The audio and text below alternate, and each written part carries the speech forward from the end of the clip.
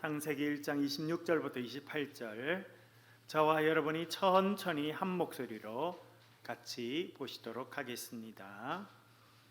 찾으셨으면 우리 한 목소리로 같이 보겠습니다. 하나님이 이르시되 우리의 형상을 따라 우리의 모양대로 우리가 사람을 만들고 그들로 바다의 물고기와 하늘의 새와 가축과 온 땅과 땅에 기는 모든 것을 다스리게 하자 하시고, 하나님이 자기 형상 곧 하나님의 형상대로 사람을 창조하시되 남자와 여자를 창조하시고, 하나님이 그들에게 복을 주시며 하나님이 그들에게 이르시되 생육하고 번성하여 땅에 충만하라. 땅을 정복하라. 바다의 물고기와 하늘의 새와 땅에 움직이는 모든 생물을 다스리라 하시니라. 아멘. 오늘은 창조적 말씀으로 충만하라, 그런 제목으로 같이 말씀을 나누겠습니다. 제목을 같이 한번 따라해 보겠습니다. 창조적 말씀으로 충만하라. 제가 하고 나면 따라 하시면 되는데요, 그렇게 한번 해볼게요. 창조적 말씀으로 충만하라. 한번 더 해보겠습니다. 창조적 말씀으로 충만하라. 감사합니다. 1950년 12월 흥남 부두에는 매서운 바람이 몰아치고 있었습니다.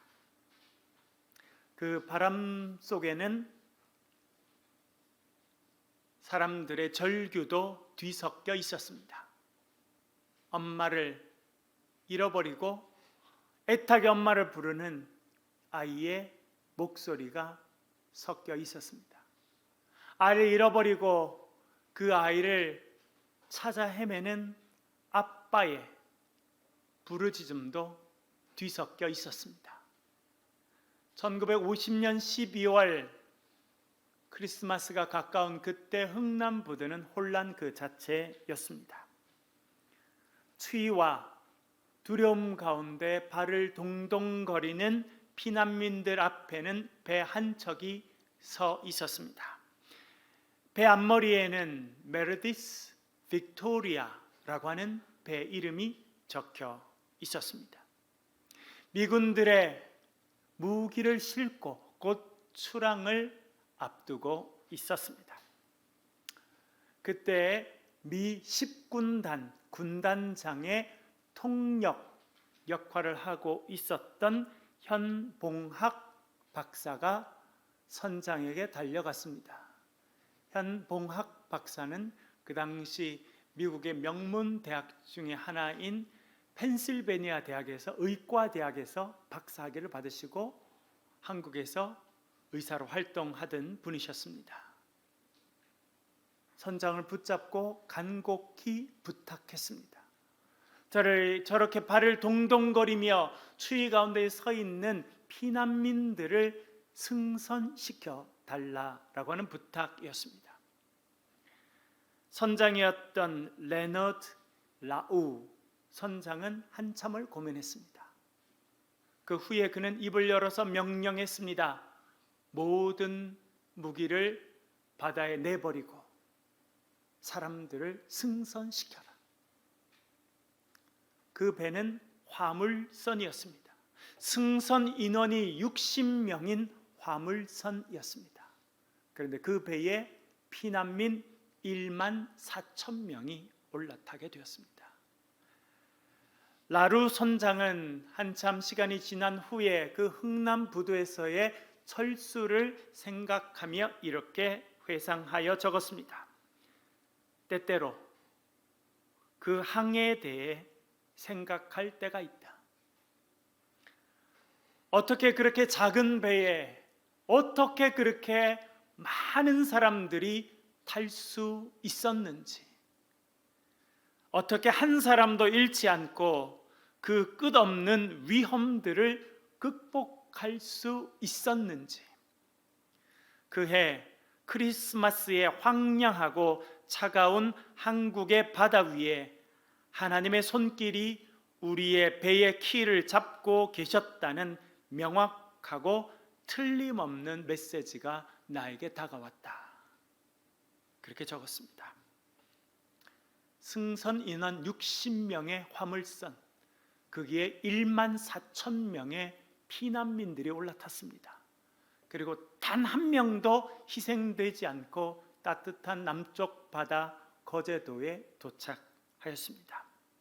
흥남부두 혼란과 아비규환의 시간이었지만 하나님께서 함께 하셨습니다. 하나님께서 그들을 인도해 주셔서 따뜻한 남쪽 나라 자유 대안의 품에 안기게 된 것입니다. 그 선장은 고백합니다. 그때에 하나님의 손길이 우리의 배의 키를 붙잡고 있었다. 그때 그는 하나님의 임재를 경험하고 그 이후 그는 성직자의 길을 걷는 사람이 되었습니다. 우리의 삶에도 혼란이 있습니다. 그러나 여러분, 분명한 것은 이 혼란 가운데 있지만 하나님께서 우리 인생의 배의 키를 붙잡고 계신다는 사실입니다. 여러분, 오늘도 이 사실을 믿고 살아가실 수 있기를 간절히 바랍니다. 하나님의 창조의 역사가 있기 전 세상에 대해서 성경은 이렇게 묘사합니다. 창세기 1장 2절 말씀, 창세기 1장 2절 말씀 나눠드린 프린트물을 보시면서 같이 읽어보겠습니다. 같이 읽겠습니다. 시작. 땅이 혼돈하고 공허하며 흑암이 깊음 위에 있고 하나님의 영은 수면 위에 운행하시니라. 아멘. 하나님의 창조의 역사가 있기 전 세상을 특징 짓는 세 단어가 있었습니다. 혼돈, 공허, 어두움이었습니다. 하나님께서 세상을 창조하시기 전에 세상은 혼돈하였습니다. 무질서와 혼란의 세상이었다고 말합니다. 그런데 우리가 살고 있는 21세기 오늘도 마찬가지입니다. 코로나의 광풍이 불어와서 우리의 삶의 모든 것이 뒤흔들리고 있습니다. 초강대국이라고 불려지는 미국은 하루 확진자가 7만 명씩 쏟아져 나오고 있습니다. 감당하기가 어렵습니다. 삶의 모든 질서가 뒤엉킨 것 같은 혼란을 경험하고 있습니다. 미국에 있는 어떤 분은 그렇게 했더라고요.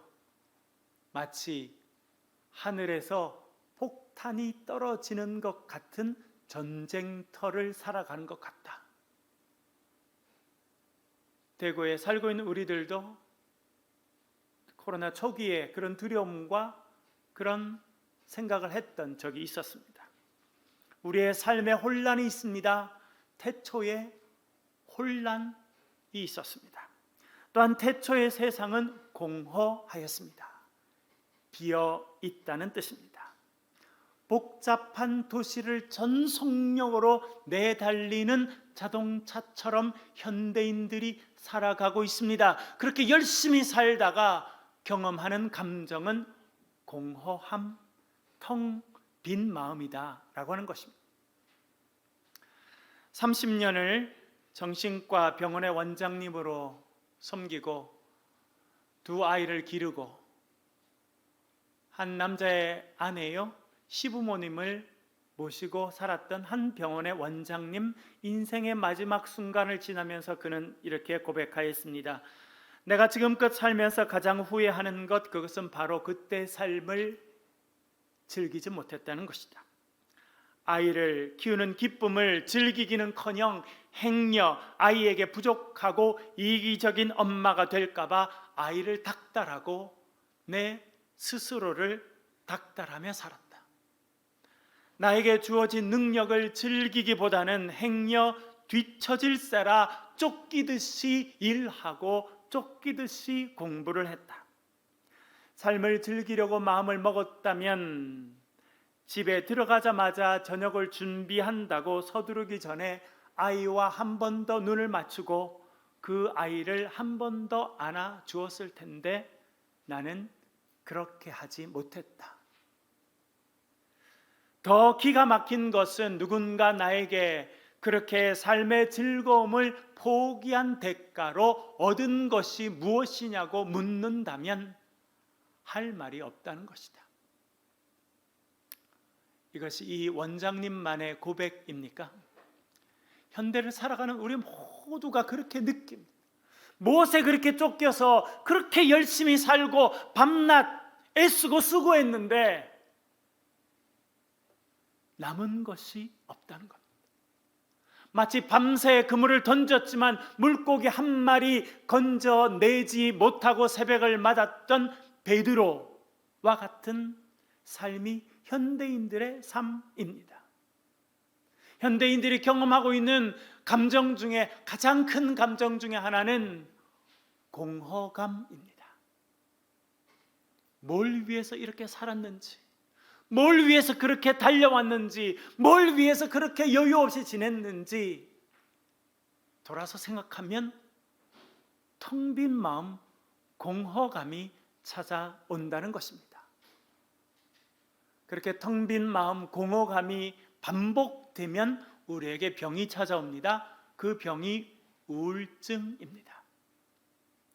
현대인들이 경험하는 가장 보편적인 병이고 그리고 가장 치명적인 병 중에 하나가 우울증입니다.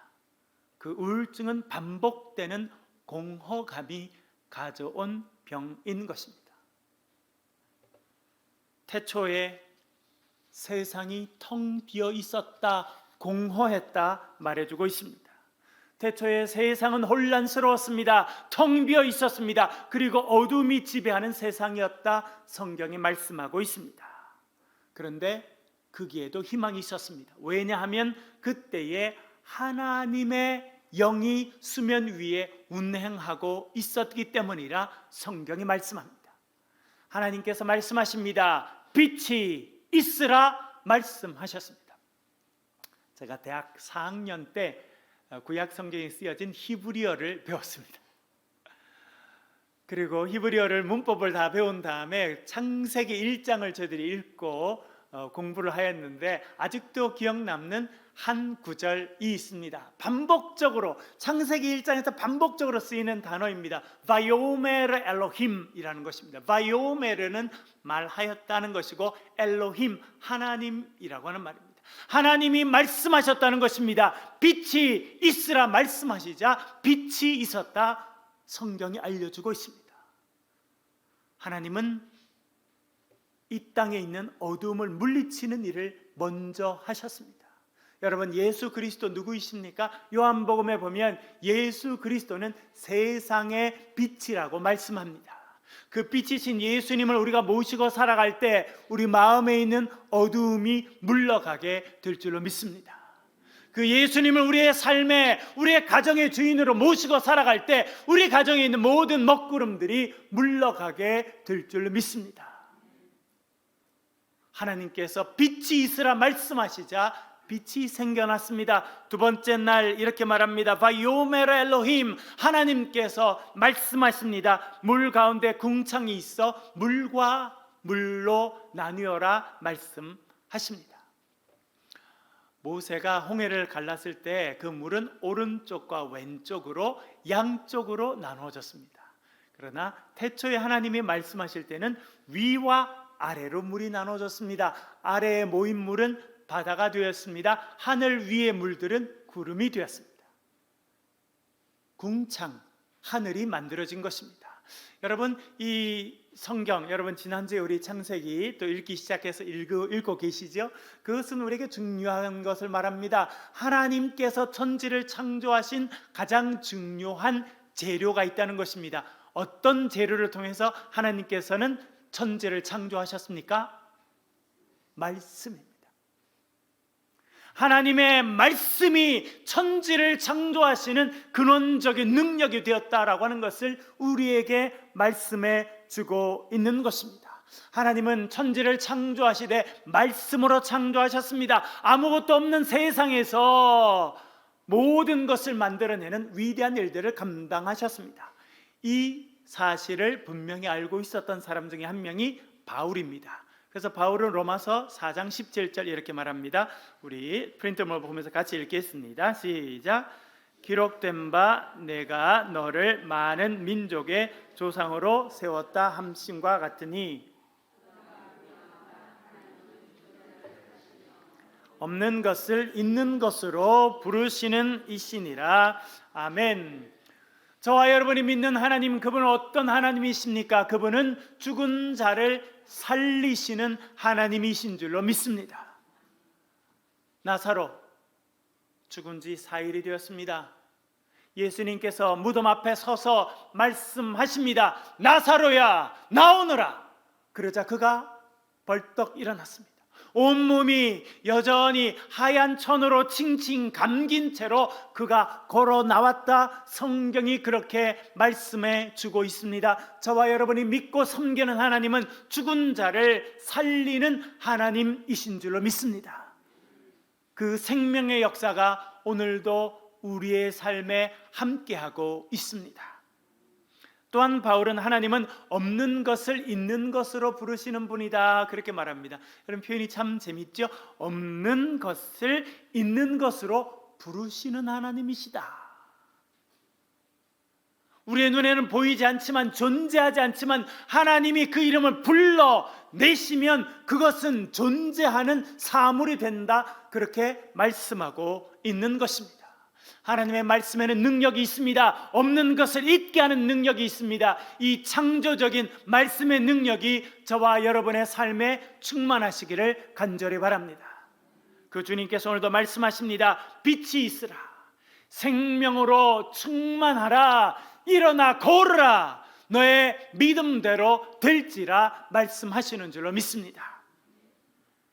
하나님께서 창조적인 명령을 내리셨습니다. 그러자 이 세상에 생명으로 가득 차는 일이 있게 되었습니다. 여러분 창세기 1장과 2장 쭉 읽어보십시오. 땅에는 식물과 나무들이 나기 시작했습니다. 공중에는 새들이 날아다니기 시작하고 바다에는 여러 종류의 물고기들로 가득 차게 되었다 말씀하고 있습니다. 주님께서 말씀하실 때 생명의 역사가 충만하였습니다. 그렇게 온 세상을 아름다운 생물로 가득 채우신 주님께서 이렇게 말씀하십니다. 26절 27절 같이 한번 읽겠습니다. 시작. 하나님이 이르시되 우리의 형상을 따라 우리의 모양대로 우리가 사람을 만들고 바다의 물고기와 하늘의 새와 가축과 온 땅과 땅에 기는 모든 것을 다스리게 하자 하시고, 하나님이 자기의 형상 곧 하나님의 형상대로 사람을 창조하시되 남자와 여자를 창조하시고. 아멘. 여러분 이것은 단순한 말씀이 아니라 위대한 선언입니다. 뭐라 말씀하십니까? 우리 인간들이 하나님의 형상대로 창조함을 받았다고 선언해 주고 있습니다. 여러분 이 선언을 믿지 않고 성경을 인정하지 않는 많은 사람들은 인간은 진화를 거듭해서 생겨났다 생각합니다. 진화론에 의하면 인간의 조상은 단세포인 아메바입니다. 그리고 우연히 돌연변이가 생겨서 단세포가 여러 세포가 있는 생물로 발전했다는 것입니다. 그리고 물속에서 물고기가 되었다는 거예요. 그렇게 물속을 헤엄치던 물고기가 어느 날 갑자기 앞다리가 쑥 뒷다리가 쑥 나왔다는 거예요. 여러분 그 노래 아시나요? 저희 아이들이 어릴 때 많이 불렀거든요. 앞다리가 쑥 뒷다리가 쑥. 갑자기 물고기에 앞다리가 나고 뒷다리가 나와서 그 물고기가 물 밖을 나와서 걸어다니는 동물이 되었다. 그리고 원숭이가 되었고 원숭이가 진화해서 인간이 되었다는 것입니다. 여러분 이 진화론을 믿고 살아가는 사람들은 바다 가서 낚시하다가 물고기를 잡아 올리면 조상님 안녕하세요 인사해야 됩니다. 동물원에 가서 원숭이를 만나면 땅에 엎드려서 조상님 반갑습니다 인사해야 돼요.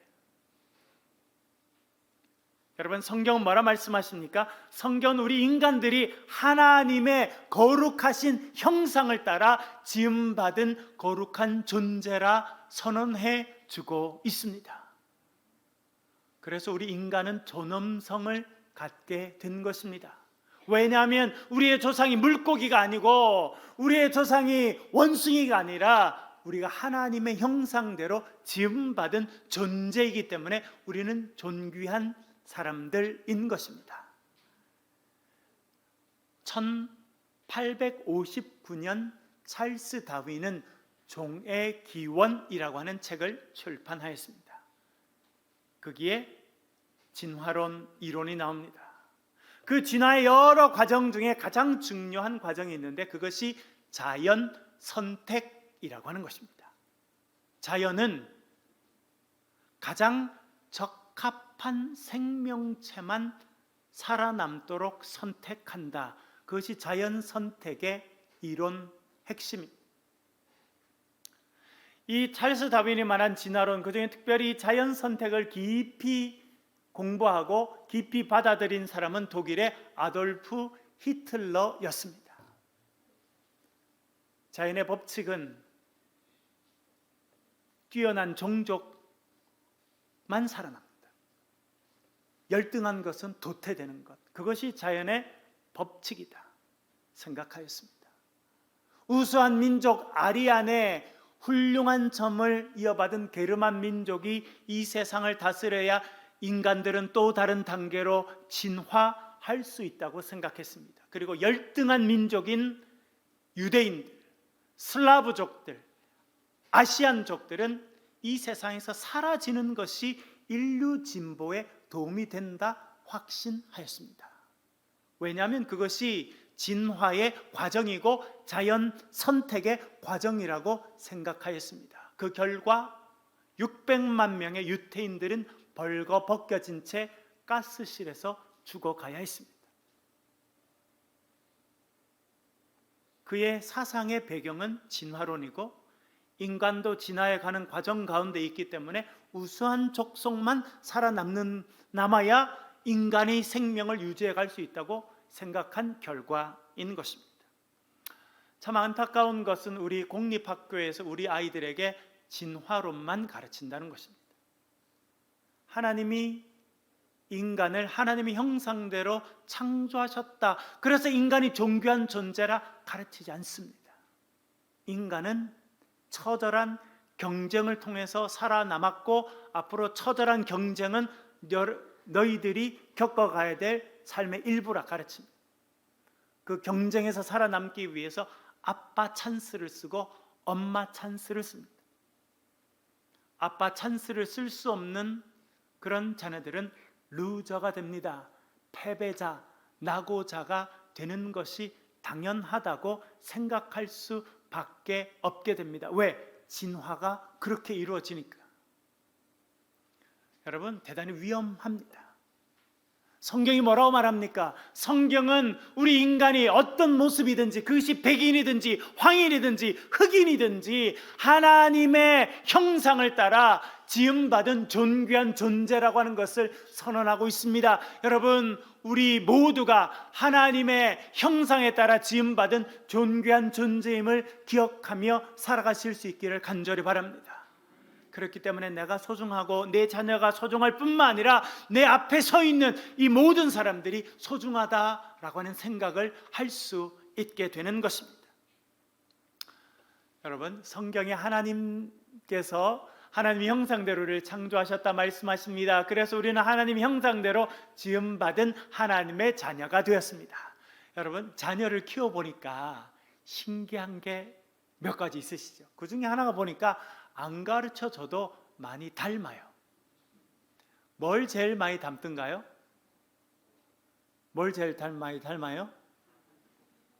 외모가 닮습니다. 일단 네, 외모가.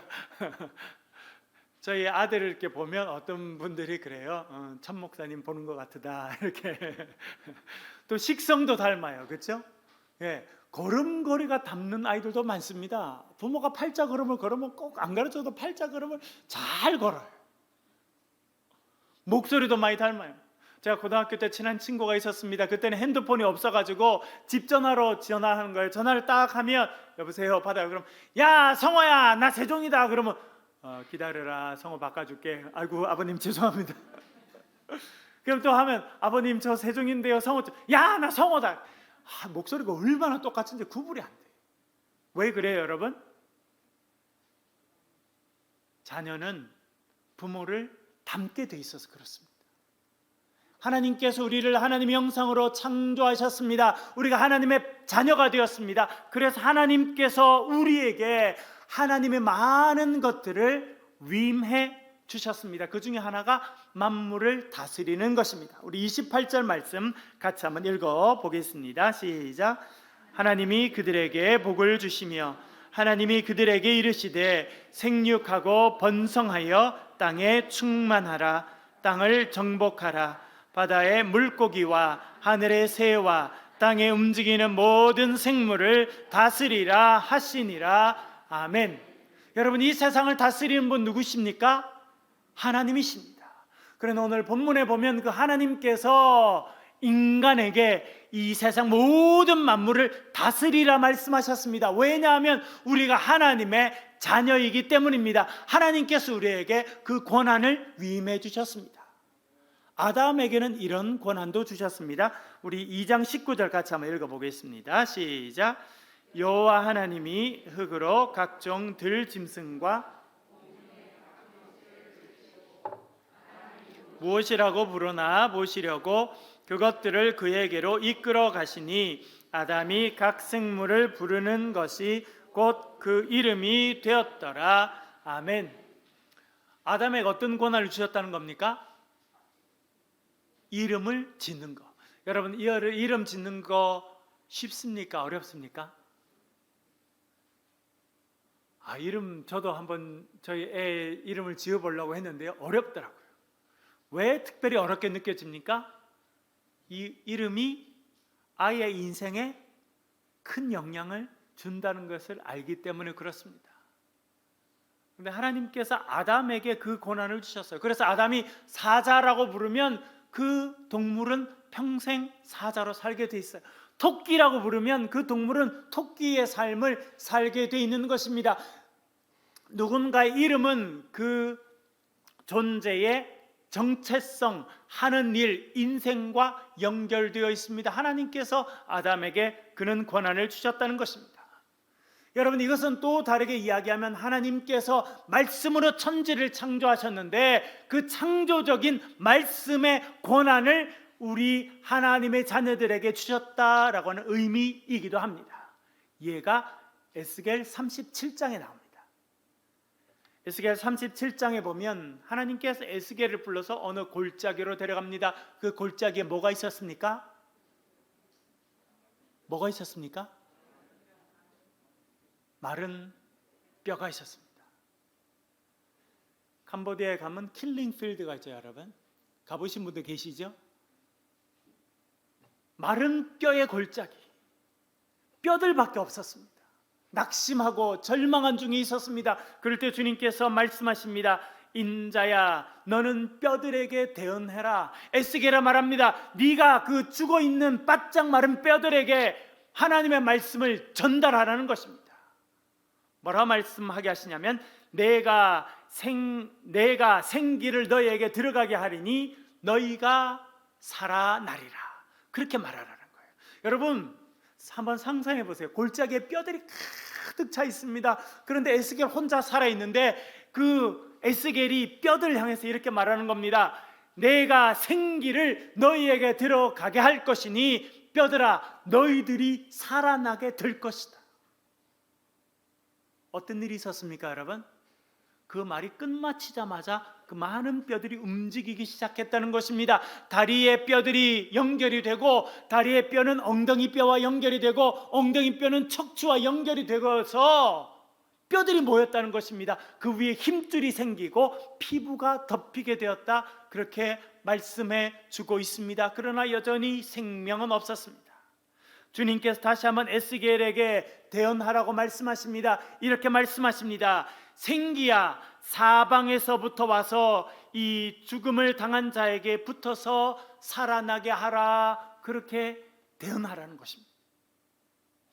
그가 이제 뼈들이 붙어서 사람의 모양으로 된 그 많은 존재들 향해서 소리쳤습니다. 생기야, 사방에서부터 불어와 이 죽음 당한 자로 하여금 살아나게 하라, 그렇게 선언하였습니다. 그랬더니 사방에 생명의 기운이 와서 그들이 인간이 되었습니다. 하나님의 군대가 되었다, 그렇게 말씀해 주고 있습니다. 여러분, 이것은 우리에게 위대한 것을 알려줍니다. 그것은 무엇이냐면 하나님께서 말씀으로 천지를 창조하셨듯이 하나님께서 우리에게 은혜를 주셔서 우리가 주의 말씀대로 살아가면 우리의 입을 통해서 창조의 역사가 이루어질 것을 말씀하고 있습니다. 여러분, 하나님의 창조의 말씀으로 여러분의 심령이 충만하시기를 간절히 바랍니다. 그리고 여러분의 심령도 하나님의 말씀으로 충만하시기를 간절히 바랍니다. 1950년 12월 흥남부두 혼란의 시간이었습니다. 그러나 빅토리아호의 선장은 고백하였습니다. 하나님께서 그 배의 키를 붙잡고 계셨다, 그렇게 고백합니다. 여러분, 우리도 혼란 많은 세상을 살고 있습니다. 공허함이 넘치는 세상을 살고 있습니다. 그러나 창조주 하나님을 바라보고 그 창조의 말씀을 우리 심령 가운데 새기고 살아갈 때 우리의 삶의 생명의 충만함의 역사가 있게 될 줄로 믿습니다. 오늘도 주님 주시는 구원의 역사를 체험하며 살아가시는 저와 여러분 되시길 주의 이름으로 간절히 축원합니다. 이 시간 소리를 내서 같이 한번 기도하겠습니다. 말씀을 가지고 한번 기도하겠습니다. 하나님, 우리에게 은혜를 베풀어 주시고 창조되게 말씀을 주시고 믿음을 주셔서 우리의 가정이 새로워지며 우리 자녀가 새로워지며 우리 교회와 이 민족이 새로워질 수 있도록 주님 도와 주시옵소서. 소리를 내서 같이 한번 통성으로 기도하겠습니다. 아버지 하나님, 말씀으로 세상을 창조하시니 감사합니다. 우리 심령도 새롭게 창조하여 주시옵소서. 우리의 삶에 혼란이 있습니다. 공허가 있습니다. 어둠이 있습니다. 주님 제거해 주시고 주님의 생명의 밝은 빛이 우리 심령에 비치게 하여 주옵소서. 예수 그리스도 이름으로 간절히 기도하옵나이다. 아멘.